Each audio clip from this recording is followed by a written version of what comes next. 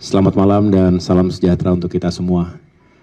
Teman-teman media, insan pers yang saya cintai dan banggakan, terima kasih telah berkenan menunggu kedatangan kami. Saya baru saja hadir di istana menghadap Bapak Presiden Prabowo Subianto. Kurang lebih kami berdialog selama kurang lebih 2 jam dan tentunya ada sejumlah hal yang bisa saya sampaikan pada kesempatan malam hari ini. Sebelumnya saya ingin menjelaskan bahwa saya baru saja landing di tanah air dari tugas di Tiongkok yang seharusnya atau seyogianya juga akan dilakukan oleh Bapak Presiden Prabowo Subianto beberapa hari ke depan ini, tetapi tentu situasi di tanah air yang kemudian kami harus segera kembali, dan untuk itu pada saat pertemuan para pimpinan partai politik di istana, saya diwakilkan oleh Mas Edi Baskoro Yudhoyono selaku Wakil Ketua Umum Partai Demokrat dan juga Ketua Fraksi Partai Demokrat DPR RI dan Sekretaris Jenderal Partai Demokrat, Bung Herman Hairon. Kemudian setelah itu juga ada sidang kabinet paripurna dan tentunya sama-sama kita juga mendengarkan press conference yang disampaikan langsung oleh Bapak Presiden Prabowo Subianto. Pada kesempatan kali ini izinkan saya dalam kapasitas sebagai Ketua Umum Partai Demokrat untuk menyampaikan sikap, pandangan, dan sekaligus melaporkan kepada segenap masyarakat Indonesia apa yang tengah kami lakukan menyikapi situasi terkini di tanah air. Bisa dikatakan beberapa hari terakhir ini di berbagai wilayah, terutama di Jakarta, terjadi dinamika yang luar biasa, yang serius dan perlu mendapatkan atensi penuh dari kita semua, seluruh elemen bangsa, bukan hanya pemerintah tentunya, karena kita ingin menghadirkan solusi agar tidak berkepanjangan.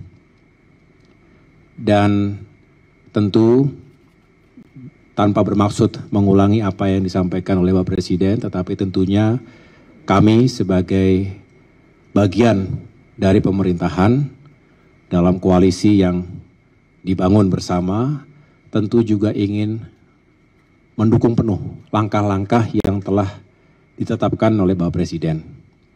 Sekali lagi tujuannya adalah mencari solusi yang terbaik, meredakan situasi, dan pada akhirnya kita bisa kembali beraktivitas seperti sedia kala, dan yang paling penting juga mencegah terjadinya korban jiwa dan kerusakan di berbagai daerah. Pertama tentunya kami juga menyampaikan duka cita, bela sungkawa atas meninggalnya almarhum Afan Kurniawan dan sejumlah saudara kita di berbagai kota lainnya yang juga sungguh menjadi tragedi, dan sekali lagi kita berusaha sekuat tenaga agar insiden tragedi tersebut tidak terulang di waktu-waktu mendatang. Demokrasi dan kebebasan harus mendapatkan tempat yang baik di negeri ini. Partai Demokrat selalu mendorong itu, tentu diletakkan pada koridor konstitusi, undang-undang, dan aturan yang berlaku di negeri kita. Hukum tentu harus ditegakkan, berlaku untuk semua, termasuk kami mendorong investigasi terhadap insiden yang telah terjadi, itu benar-benar bisa diungkap secara transparan dan akuntabel. Sekali lagi keadilan harus tegak di negeri kita, dan ini berlaku untuk semua. Kami juga tentu menunggu hasil investigasi yang dijalankan oleh Polri terhadap jajarannya dan sekaligus juga menghimbau kepada siapapun untuk benar-benar kita menghormati dan mematuhi segala hukum, aturan yang berlaku di negeri kita. Mari kita cegah berbagai tindakan yang anarkis, karena selain itu membahayakan, provokasi dalam sebuah kekacauan di lapangan bisa saja menimbulkan korban jiwa atau mengakibatkan luka, sekaligus kerusakan bahkan kehancuran. Terjadinya pembakaran, penjarahan di sejumlah lokasi, baik terhadap institusi maupun terhadap pribadi, ini juga harus bisa kita cegah. Dan sekali lagi mari kita hormati aturan yang berlaku dan kita memberikan ruang kepada para penegak hukum juga untuk bisa menjalankan tugasnya secara profesional. Ini negara kita sendiri, Partai Demokrat selalu melihat negara kita sendiri, bangsa kita sendiri, marilah kita juga selalu terbuka untuk mendengarkan aspirasi, masukan, kritik, selagi itu memang konstruktif, disampaikan dengan cara-cara yang konstitusional, dan tetap menjunjung tinggi persatuan dan perdamaian di antara kita. Saya rasa harus diberikan ruang seluas-luasnya. Sikap saling menghormati dan menghargai ini penting.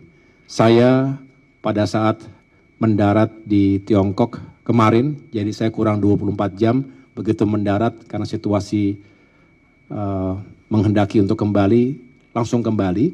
Tapi begitu mendarat di Tianjin, saya langsung menggelar bisa dikatakan emergency meeting bersama seluruh jajaran Partai Demokrat.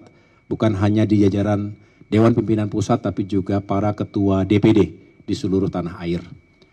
Dan tentunya saya juga menyampaikan pesan-pesan serupa agar seluruh kader Partai Demokrat, termasuk khususnya para wakil rakyat, baik di DPR RI, DPRD Provinsi maupun Kabupaten Kota, bisa bukan hanya menjaga diri. Ingat, menjaga lisan itu penting sekali. Jangan menyakiti perasaan masyarakat. Hal yang mungkin kita anggap biasa tetapi begitu mendasar, sensitif bagi masyarakat, janganlah kemudian kita ringan melukai perasaan masyarakat. Itu pesan saya kepada seluruh kader Demokrat, dan tentunya itu juga tidak cukup.